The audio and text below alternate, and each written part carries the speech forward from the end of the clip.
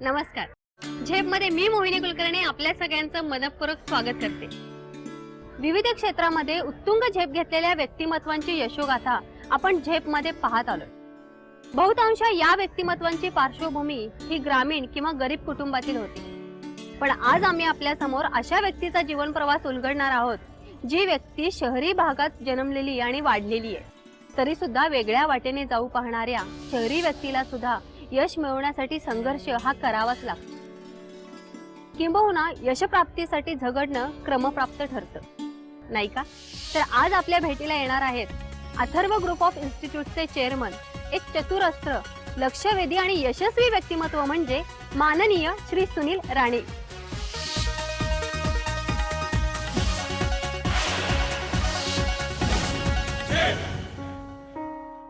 Sir नमस्कार. झेपमध्ये आपलं मनपूर्वक स्वागत. नमस्कार. झेपच्या रसिक प्रेक्षकांना माझं अभिवादन. मुलाचे पाय पाळण्यात दिसतात ही म्हण आपण सर्वांनीच ऐकली. सुनीलजींच्या आजच्या यशाचं रहस्य त्यांच्या बालपणातच दडलेलं असावं. म्हणजे सभोवतालची परिस्थिती, घरातलं वातावरण, मित्रांची संगत, शिक्षकांचे, वडीलधाऱ्यांचे संस्कार या सगळ्यांचा त्यांच्या बालमनावर झालेला प्रभाव हीच त्यांच्या यशाची पहिली पायरी असावी असं म्हटल्यास वावगं ठरणार नाही. खरं तर माझं बालपण हे सर्वसाधारण सामान्य मुलांप्रमाणेच गेलं. ज्या मुंबईच्या फेमस असलेल्या चाळी, ज्याला आपण म्हणू की लोअर परेल आणि गिरणी कामगारांची वस्ती, अशा वस्तीतूनच माझं बालपणाची सुरुवात झाली. मग बालमोहन विद्या मंदिर सारख्या मराठी शाळेमध्ये शिक्षणाची सुरुवात झाली. त्यामध्ये मध्येच एक वर्ष याच बालमोहनच्या तळेगाव येथे असलेल्या रामभाऊ परुळेकर च्या हॉस्टेलमध्ये दाखल झालो. आणि मग अशा परिस्थितीमध्येच शिक्षणाची वाटचाल सुरू झाली. बालमोहन मध्येच 10वी पर्यंतचं शिक्षण पूर्ण केलं. शालेय जीवनातच सुनीलजींच्या आजच्या यशाची मुहूर्तमेढ रोवली गेली हे निश्चित. पण मग याला खत पाणी कसं मिळालं? म्हणजे शालेय जीवनानंतर करिअरच्या संदर्भात सुनीलजींचं काही ठाम मत तयार झालं होतं का? शालेय जीवनापासूनच विविध क्षेत्रात आगेकूच करणारे सुनीलजी यांची सुरुवातीपासूनच नवनवीन आव्हानं स्वीकारून स्वतःला सिद्ध करून दाखवण्याची वृत्ती होती. पण मग शालेय जीवनात अभ्यासाव्यतिरिक्त सुनीलजींनी आणखीन कोणते छंद जोपासले असतील हे आपण त्यांच्याच तोंडून ऐकूया. क्रिकेट बालमोहन मधूनच शिकलो. बालमोहन मध्येच संदीप पाटील सारखे मोठे खेळाडू याच बालमोहनच्या शाळेमधून पुढे आले. आणि मग असं करत असताना, त्या गिरणी कामगारांच्या वस्तीमध्ये राहत असताना, गिरणी कामगारांच्या भागामध्ये राहत असताना आपण काहीतरी बनावं किंवा आपल्या हातून इतकं मोठं भव्य काम घडणार आहे याची सुतराम कल्पना सुद्धा त्या काळी लहान असताना माझ्या मनामध्ये आली नव्हती. सुनीलचा जन्म ज्या वेळेला झाला त्यावेळेला मी नोकरी करत होते. मी BMC मध्ये होते आणि सुनीलला सांभाळायला कोणी नव्हतं आमच्या घरी. त्याच्यामुळे त्याला मी त्याच्या मावशीकडे आणि मामाकडे ठेवला होता. तो 2 वर्ष तिकडे होता. 2 वर्षानंतर मग त्याला मी घरी घेऊन आले. 2 वर्षानंतर आणल्यानंतर शारदाश्रममध्ये शाळेत घातला. शाळेत घातल्यानंतर तो तिकडे शिकला वगैरे. 4थी पर्यंत शिकला. 5वी मध्ये नवीन बालमोहनचं बोर्डिंग निघालं तळेगावला. त्याच्यात त्याला जायचं होतं. तेव्हा तो 8.5-9 वर्षाचा होता. त्याच्यामुळे तो म्हणाला आम्हाला जायचं आहे बोर्डिंगमध्ये, मी जाणारच. तर त्याचे बाबा आणि मी म्हटलं अरे तू लहान आहेस, कशाला जातोस, तुला काय तिथे हे होणार नाही काय? तर म्हणे नाही मी जाणार. आणि खूप रडला. मग शेवटी मी विचार केला जाऊ दे. मग तो गेला तिकडे बोर्डिंगमध्ये. 1 वर्षभर राहिला. 1 वर्षानंतर परत आला. म्हणाला की आता मी नाही, आता मी ह्या इथे शाळेत जाणार. मग त्याला बालमोहनमध्ये ॲडमिशन घेतली. बालमोहनमध्ये ॲडमिशन घेतली तर 5वीपासून तो SSC पर्यंत बालमोहनला होता. पण 8वीमध्ये गेल्यानंतर त्याला क्रिकेटचं वेड लागलं. त्याच्यामुळे ते रमाकांत आचरेकर म्हणून आहेत, त्यांच्या ह्याच्याखाली तो शिकला आणि खूप क्रिकेट खेळला. मांडवी मुस्लिम आणि कांगालीकमध्ये तो खेळत होता. खूप प्राईज मिळाली आणि सगळेजण सांगायचे हो तुमचा मुलगा एवढा हुशार आहे, तुम्ही त्याचं क्रिकेट बघता की नाही. लहानपणी अभ्यासात फारच हुशार होता आणि त्यावेळी म्हणजे अशी आमची परिस्थिती नव्हती की एक ट्युशन वगैरे शिकवण्यावर ठेवण्यासाठी परिस्थिती नव्हती. तरी त्या प्रत्येक विषयामध्ये तो अव्वल नंबर आणायचा. प्रत्येक येत तो चांगल्या मार्काने पास होतो. पुढे त्यांनी ही प्रगती केलेली आहे. सुनील राणे हा माझ्या मोठ्या बहिणीचा मुलगा, म्हणजे माझा भाचा. त्याच्या जन्माच्या वेळी त्याची आई नोकरी करत होती आणि वडील पण नोकरीला होते, त्यामुळे घरात बघायला कोण नव्हतं. मग माझी लहान बहीण होती, ती म्हणाली आपण त्याला आपल्याकडे आणू म्हणून. मग आम्ही त्याच्या आईला सांगितलं तू त्याला आमच्याकडे पाठव. मग आम्ही त्याला आमच्याकडे घेऊन आलो. 2 वर्ष तो आमच्याकडे होता. पण 2 वर्षाचा असताना सुद्धा त्यांनी कधी आम्हाला कुठच्याही प्रकारचा त्रास दिला नाही.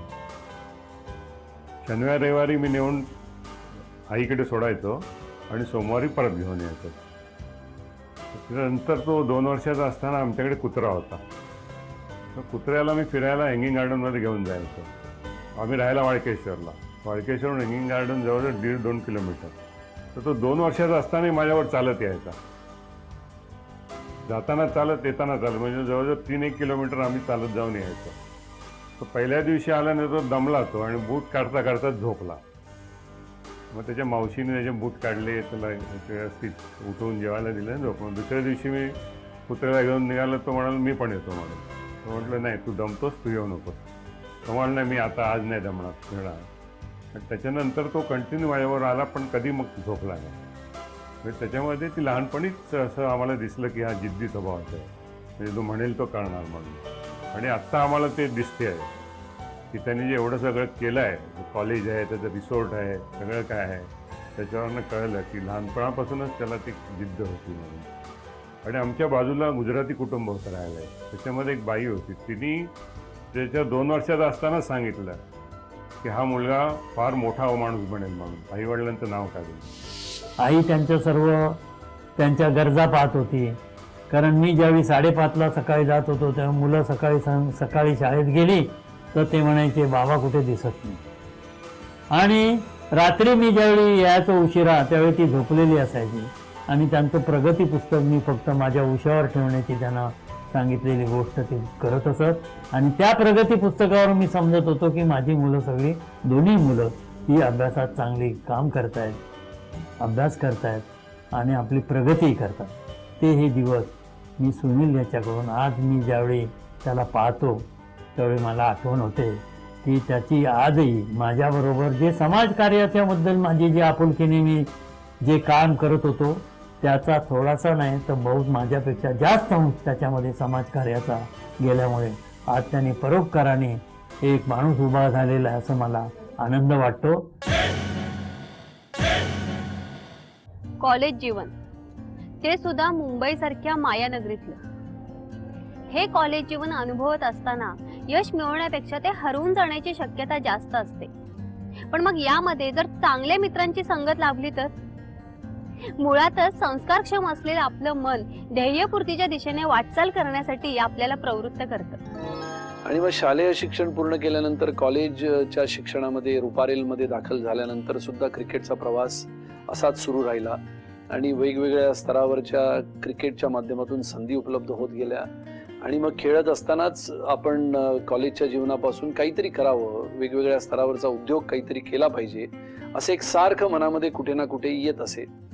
तो काळ साधारण ते 1963 पासूनचा जर लक्षात घेतला तर 1963 ते 1978 पर्यंत 10वीचं शिक्षण झाल्यानंतर 78 पासून ते 83-84 पर्यंत जेव्हा कॉलेजच्या जीवनाला आपण पूर्ण विराम दिला शिक्षणाला, तोपर्यंतचा काळच असा होता की त्या कालावधीमध्ये ह्या संपूर्ण परिसरामध्ये म्हणजे लोअर परेल जिथे आमचं लहानपण गेलं त्या क्षेत्रामध्येच कामगारांचा दबदबा होता. आणि माझ्या जीवनावर सगळ्यात मोठा पगडा म्हणा किंवा सगळ्यात मोठा एक घटना माझ्या लक्षात राहील लहानपणी ती की 1982चा कामगारांचा संप झाला. या मुंबई शहरामध्ये गिरणी कामगारांचा सर्वात मोठा असा संप झाला. आणि त्यामध्ये एक गिरणी कामगार होते, ते म्हणजे माझे वडील होते. आणि त्या गिरणी कामगारांच्या संपामध्ये अनेक लाखो गिरणी कामगारांची घरं उद्ध्वस्त झाली. त्यामध्ये जेव्हा माझ्या लक्षात आलं की आपले स्वतःचे वडील आता बेरोजगार झाले, मिल बंद झाली, पण त्या आमच्या वडिलांनी जिद्दीने, परिश्रमाने, मेहनतीने प्राप्त परिस्थितीशी लढे देत देत देत 1982 पासून ते 1990 पर्यंतचा कालावधी जो माझ्या डोळ्याने मी बघितला की प्राप्त परिस्थितीमध्ये फक्त आईची नोकरी होती आणि वडील मिल कामगार असून नोकरी गेलेली होती. आणि मग त्या परिस्थितीमध्ये सुद्धा एका राजकीय पक्षाचं काम निश्चित ध्येयाने आणि आपल्या कर्तृत्वाने, मेहनतीने करत राहिले. आणि त्याच परिसरामध्ये, त्याच गिरणी कामगारांच्या वस्तीमध्ये एक दिवस असा आला की त्याच आमच्या वडिलांनी 1990 मध्ये त्याच गिरणी कामगारांच्या परिसरामध्ये गिरण्यांच्या विभागामध्ये आपलं नाव आमदार म्हणून लिहिलं गेलं. हा जो काळ होता, हा काळ मी माझ्या डोळ्याने अनुभवला, बघितला. स्वतः राजकीय पक्षाचे झेंडे बनवले आणि त्या राजकीय पक्षाचे झेंड्याबरोबर जेव्हा वडिलांचं काम करत पोस्टर चिटकवत चाळीमधनं आम्ही जेव्हा फिरत होतो तेव्हा लक्षात येत होतं की आपल्या सुद्धा जीवनाला अशीच खलाटणी पुढे येणाऱ्या कालावधी मिळणार आहे याची सुतराम शक्यता त्या काळी नव्हती. आणि ज्या गिरणी कामगारांचा संप त्यावेळच्या ज्या व्यक्तीने केला होता त्याच व्यक्तीच्या विरोधामध्ये जेव्हा आमचे वडील किंवा माझे वडील श्री दत्ताजी राणे उभे राहिले, त्या 1995 साली दत्ताजी राणेंनी त्या व्यक्तीचा पराभव हजारो मतांनी केला. तो सुद्धा विभाग हा कामगार वस्तीचा विभाग म्हणून ओळखला जातो, ज्याचं नाव आहे लोअर परेल. सुनीला लहान होता, शाळेत जात होता. आम्ही राहत असलेलं घर हे जसं गॅरेज असतं तशा तऱ्हेचं माधववन मधील एक घर होतं. पण या घराला एकही खिडकी नव्हती आणि परिस्थिती अशी होती की समोरून दरवाजा, त्याच्यावर वर छप्पर नसल्यामुळे वरून सगळा कचरा पडत असे आणि मागे गटार असल्यामुळे गटार 100 खोल्यांचा कचरा खाली पडत असे. त्यामुळे ही अशी स्थित्यंतर बदलत जात असताना मी माझ्या डोळ्यांनी बघितली. मी त्या अनुभवातून मोठा झालो. धक्के टोणपे खात खात खात अनेक गोष्टी शिकत गेलो. प्रतिकूल परिस्थितीशी झुंज कशी द्यायची ही मी माझ्या वडिलांकडे बघून शिकत गेलो. आणि मला असं वाटतं की त्या कालावधीमधून शालेय जीवनातून बाहेर पडत असताना एअर इंडियाची मिळालेली नोकरी हा मला वाटतं माझ्या आयुष्याला मिळालेला सगळ्यात मोठा कलाटणीचा भाग होता. महाविद्यालयीन पदवी घेतल्यानंतर प्रयत्न सुरू होतो तो अर्थार्जनाच्या वाटा शोधण्याचा. नोकरी मिळणं किंवा मिळवणं आता सोपी गोष्ट राहिलेली नाही. पण स्वतःचा व्यवसाय काढायचा म्हटलं तर भांडवलाचा प्रश्न उभा राहतो. मग त्यासाठी स्वतः नोकरी करून पैसे जमा करणं, कर्ज मिळवणं किंवा दुसऱ्यांकडून पैसे घेणं इत्यादी पर्याय उपलब्ध असतात. महाविद्यालयीन शिक्षण घेत असताना यातील एखादा पर्याय निश्चित करणं हे महत्त्वाचं ठरतं. पण मग सुनीलजींनी यापैकी कोणता पर्याय निश्चित केला होता हे आपण त्यांच्याकडूनच ऐकूया. कॉलेजचं शिक्षण संपल्यानंतर साधारणतः 1983-84 नंतर काय करावं हा मोठा प्रश्न होता. आणि त्यामध्ये असं होतं की एक चांगली नोकरी मिळावी. त्या नोकरीमधून खरोखरच मग बँकेची नोकरी असेल किंवा पब्लिक सेक्टरची नोकरी असेल, एअर इंडिया असेल, ONGC असेल, असा एक मनामध्ये विचार होता की चांगली नोकरी मिळावी ज्यामध्ये क्रिकेट खेळता येईल. आणि हळूहळू अशा पद्धतीमधून जर आयुष्य घडत गेलं मग मनामध्ये विचार आला की 1984च्या काळ असताना 84 ते 86 काय होईल परिस्थिती. पण नियतीच्या मनामध्ये काही वेगळंच होतं. आणि 1986ला अचानक माझा मार्ग चाकोरीबद्ध जीवनाकडून अचानक एअर इंडियाकडे प्रयत्न करत असताना सुरेश शिंदे नावाच्या स्थानिक लोकाधिकार महासंघाचं काम करत असलेल्या चांगल्या अशा मोठ्या अशा कार्यकर्त्याने एअर इंडियामध्ये माझा प्रवास सुरू करून दिला. आणि मग 86 ते 96चा हा कालावधी एअर इंडियामध्ये काम करत असताना स्टोअर कीपरपासून ते फ्लाईट पर्सरचा हा प्रवास आणि त्यामध्ये क्रिकेट खेळत असताना सचिन तेंडुलकर पासून विनोद कांबळीपासून ते थेट संजय मांजरेकर आणि प्रवीण आंबरे, प्रशांत वैद्यचा सगळ्यांचा ह्या मित्र म्हणून सहवास आणि संपूर्ण जीवनाला कलाटणी देणारं जर आपण बघितलं तर हा एक दशक 1986 ते 1996चा हा कालावधी म्हणजे संपूर्ण माझ्या आयुष्याला कलाटणी देणारा हा कालावधी होता, ज्यामध्ये अनेक लोकांनी मदत केली. अनेक लोकांच्या मेहनतीने किंवा परिश्रमाने आपलं आयुष्य कसं उलगडत जातं याचं मला मूर्तिमंत उदाहरण म्हणजे माझे अनेक मित्र जसे श्रीकांत जयस्वाल जे ॲडव्होकेट आहेत, सुरेश शिंदे जे एअर इंडियामध्ये होते, त्याचबरोबर माझ्यासोबत क्रिकेट खेळणारे माझे मित्र दिलीप पिंगे होते एअर इंडियाचे, जे आज एअर इंडियाच्या स्पोर्ट्सचा कारभार सांभाळतात. अशा अनेक लोकांनी मदत करत आपल्या जीवनाची घडी ही 1996 पर्यंत उलगडत नेली. त्याच सुमारास पुण्यामध्ये एक छोटासा स्वतंत्र असं व्यवसाय सुरू केला ज्याला आपण कन्स्ट्रक्शनचा व्यवसाय म्हणू. त्या कालावधीमध्ये पुण्यामध्ये फार कमी लोक जात होते अशा ठिकाणी ज्याला आपण आजचं बाणेर म्हणू किंवा आजचं पाषाण म्हणू, या भागामध्ये मी हळूहळू छोटासा एक व्यवसाय सुरू केला होता.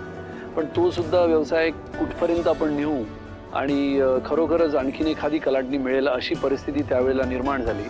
म्हणजे 1986 ते 96 हा कालावधी हा इतका स्थित्यंतरापासून जो बदलापर्यंत चालत गेला, घडत गेला आणि मला वाटतं की 86 ते 96 हा कालावधी हा एक 10 वर्षाचा एक वेगळ्या पद्धतीचं जीवन हे मी त्या परिघामध्ये जगलो. आणि म्हणून 86 ते 96 हा जीवनाला कलाटणी देणारा काळ हा पुढे पुढे सुद्धा बदलत गेला. म्हणून मला असं वाटतं की 86 ते 96 हा कालावधी हा फार महत्त्वाचा कालावधी माझ्या जीवनामध्ये ठरला. तो ज्यावेळी क्रिकेट खेळत असताना आम्ही जेव्हा त्याचं नाव वाचत होतो पेपरमध्ये, न्यूजपेपरमध्ये, बाबा एवढे सुनील राणेंनी बॉलिंग केली, एवढे 4 विकेट घेतल्या एअर इंडियाच्या याच्यातर्फे, तेव्हा आम्हाला असं अभिमान वाटत होता. आणि त्यावेळेस आम्हाला कळलं की हा मोठे मोठे कोणतरी एक्स्ट्रा ऑर्डिनरी म्हणजे असामान्य असं त्याच्याकडे गुण आहेत. म्हणून एक मारवाडी माझे ग्रस्त होते, त्यांचं नाव मला आता आठवत नाही, पण त्यांना मी म्हटलं याला कुठेतरी एखादी नोकरी द्या लहानशी. म्हणून त्याने एक्सपोर्ट कंपनीमध्ये त्याला नोकरी दिली. आणि त्या एक्सपोर्टमध्ये त्याला अशा प्रकारचे काम दिलं की असं एक कप्पा नाही त्या कामामधला, किंवा डिव्हिजन नाही, किंवा एखादं डिपार्टमेंट नाही की जिथे त्याला जावं लागलं. आणि 300 रुपयात तो कष्ट करून माझ्याकडे आला आणि म्हणाला की मला हे फार काम जे आहे ते फार कठीण काम आहे. मी म्हटलं कठीण काम तू शिकलास तर तू पुढे मोठा होशील आणि त्याच्यातून तुला कष्ट करण्याची एक सवय लागेल आणि जीवनामध्ये एक दृष्टीतून पाहता येईल. वासू चव्हाण सारख्या अतिशय विश्वासू असलेल्या एका छोट्या कार्यकर्त्याच्या हातून मला इतकी मोठी मदत मिळाली. आणि त्या मदतीचा लाभ घेत घेत घेत प्राप्त परिस्थितीशी झगडत 1992 साली जेव्हा माझं लग्न झालं, त्यानंतरचा काळसुद्धा परत परिस्थितीशी झगडत एअर इंडियाची नोकरी करत करत मोठा होण्याचा जो काळ होता, तो हा काळ हा 1992च्या नंतर खऱ्या अर्थाने सुरुवात झाला. सुनीलचं लग्न 11 ऑक्टोबर 1992 रोजी झालं. ते दोघंही जण एअर इंडियामध्ये होते. सुनील पण एअर पर्सर होता आणि वर्षा एअर होस्टेज होते. दोघांचं तिथेच जमलं आणि त्यांनी लग्न केलं. आणि तो म्हणाला मला हिच्याशीच लग्न करायचं आहे. तर आम्ही म्हटलं ह्याचं एवढं सगळं चाललेलं आहे तर ह्याची निवड चुकणार नाही म्हणून आम्ही त्याचं लग्न करून दिलं आणि दोघंही आता सुखी आहे. 1996च्या नंतरच्या कालावधीची सुरुवात काय असेल, कशी असेल हे मनामध्ये येत असतानाच आपल्या हातून इतक्या मोठ्या भव्य अशा एज्युकेशनल कॅम्पसची निर्मिती होणार आहे हे मनात सुद्धा कधी आलं नव्हतं. स्वप्नात येणं दूरच असेल. आणि मग अचानक दैवाचे फेरे असे फिरले की 98-99च्या सुमारास मुंबई शहरामध्ये आपण एका एज्युकेशनल कॅम्पसची निर्मिती करावी, वेगवेगळ्या स्तरावरच्या एज्युकेशन इन्स्टिट्यूट्स उभाराव्या अशी एक सुवर्ण संधी चालून आली. आणि मग ती सुवर्ण संधी चालून आल्यानंतर मग जमीन कुठे असावी, बिल्डिंग कशा असाव्यात, या मुंबई शहरामध्ये साधारण 84 ते 86च्या सुमारास, 84-86 पासून 1996च्या सुमारास फार काही इंजिनिअरिंग कॉलेजेस किंवा मॅनेजमेंट कॉलेजेस आली नव्हती. हा तो काळ होता जेव्हा एखाद दुसरी कॉलेजेसचं नाव जर आपण घेतलं तर तेच या संपूर्ण सबर्बन क्षेत्रामध्ये कॉलेजेस होती. मग 96च्या पुढे गेल्यानंतर 98-99मध्ये अशी परिस्थिती अचानक तयार झाली की दैवाचे फेरे असे फिरले की आपण आपल्या हातून एज्युकेशनची निर्मिती व्हावी असं काहीतरी योग जुळून आला. आणि 2001मध्ये आपण याच मलाडच्या पश्चिमेला, ज्याला मालवणी म्हणत असत, आणि मालवणी म्हटल्यानंतर लोकांच्या चेहऱ्यावर प्रश्नार्थक चिन्ह येत असे की मालवणीसारख्या ठिकाणी, मागासलेल्या एरियामध्ये, झोपडपट्टी असलेल्या ठिकाणी अथर्वसारख्या इतक्या मोठ्या इंजिनिअरिंग कॉलेजेसची निर्मिती कशी काय होऊ शकेल. आणि मग 2001मध्ये जेव्हा आम्ही इंजिनिअरिंग कॉलेज, म्हणजे ज्याला आपण अथर्व कॉलेज ऑफ इंजिनिअरिंग म्हणू, त्याची सुरुवात खऱ्या अर्थाने 2001मध्ये मालाडच्या याच कॅम्पसमध्ये सुरुवात झाली. Shri Sunilji Rane sir is the executive president of Atharva Group of Institutes. Shri Sunilji Rane sir has provided students with world-class facilities like excellent infrastructure, ambience, mannerism, and research-oriented faculty. In Atharva, we create professionals with ignited minds that can spark excellence and brilliance. Atharva शैक्षणिक समूहाचे कार्यकारी अध्यक्ष Shri Sunil Rane sir आम्हा सर्व विद्यार्थ्यांना नेहमीच प्रोत्साहन देत असतात. फक्त शैक्षणिक क्षेत्रातच नव्हे तर कला, क्रीडा, सामान्य ज्ञान यातही आम्ही उच्चांक गाठावा हीच अपेक्षा ते नेहमी ठेवतात. श्री सुनील राणे सरांनी अथर्व समूहात आंतरराष्ट्रीय स्तराचे व्हर्च्युअल लॅब्स, रोबोटिक्स लॅब्स आणि ऑडिटोरियम स्थापिले आहेत. अथर्व कॉलेजमध्ये अनेक प्रकारचे प्रोग्राम्स MBAच्या मुलांसाठी केले जातात. कॉन्फरन्सेस, सेमिनार्स, आंतरराष्ट्रीय स्पर्धांमध्ये मुलींना पाठवलं जातं. हा अथर्वने एक वेगळ्या प्रकारचा प्लॅटफॉर्म ह्या नवीन मुलींसाठी तयार केलेला आहे. आणि 5 वर्षात मी बघते की ह्या मुलींची खूप डेव्हलपमेंट झाली आहे अथर्व कॉलेजमध्ये. आणि मुलींचा विषय करता शिक्षणासोबत त्यांची सुरक्षिततेचीही त्यांना सूचना दिल्या जातात. प्रत्येक क्षेत्रात त्या आघाडीवर आहे की नाही हे बघितलं जातं आणि त्यांची ओव्हरऑल पर्सनॅलिटी डेव्हलपमेंट केली जाते. त्याचे वडील मिनिस्टर होते, तरी पण त्यांनी त्याचा कधीही फायदा घेतला नाही. स्वतःच्या ह्याच्यावरच त्यांनी सगळं केलेलं आहे आणि अजूनही तो करतो आहे. आणि हे सगळं करत असताना त्याचे पाय जमिनीवर आहेत. सगळ्यांना तो मदत करतो, सगळं करतो. अथर्व कॉलेज ऑफ इंजिनिअरिंगची खऱ्या अर्थाने निर्मिती ही 1999 सालीच झाली, पण त्याचा खऱ्या अर्थाने ज्याला आपण आपली स्वतःची अशी इमारत म्हणू, त्याची सुरुवात ह्याच मालाडमध्ये या कॅम्पसमध्ये सुरुवात झाली. आणि 2001ला इंजिनिअरिंग कॉलेज, ज्याच्यामध्ये कम्प्युटर इंजिनिअरिंग, इलेक्ट्रॉनिक्स, टेलिकम्युनिकेशन आणि IT अशा 3 कोर्सेस बरोबर आपण साधारण 350-400 विद्यार्थ्यांच्या माध्यमातून ही पहिली इमारत सुरू केली. आणि मग बघता बघता इंजिनिअरिंग कॉलेजचं रूप इतकं मोठं झालं की आज जर आपण बघितलं तर संपूर्ण ह्या भारतामध्येच नव्हे तर भारताच्या बाहेर असलेल्या वेगवेगळ्या स्तरावरच्या आंतरराष्ट्रीय कंपन्यांमध्ये अथर्वचे IT engineers, computer engineers, electronics engineers आणि वेगवेगळ्या स्तरावर ह्या मुलामुलींना संधी अथर्वने उपलब्ध करून दिली. इंजिनियर्स म्हणून ते या क्षेत्रामध्ये त्यांनी नाव कमावलं आणि अथर्व ह्या इंजिनिअरिंग कॉलेजच्या माध्यमातून एक शैक्षणिक क्षेत्रामधलं अग्रेसर असं नाव हे प्रामुख्याने मुंबई क्षेत्रामध्ये उदयास येऊ लागलं.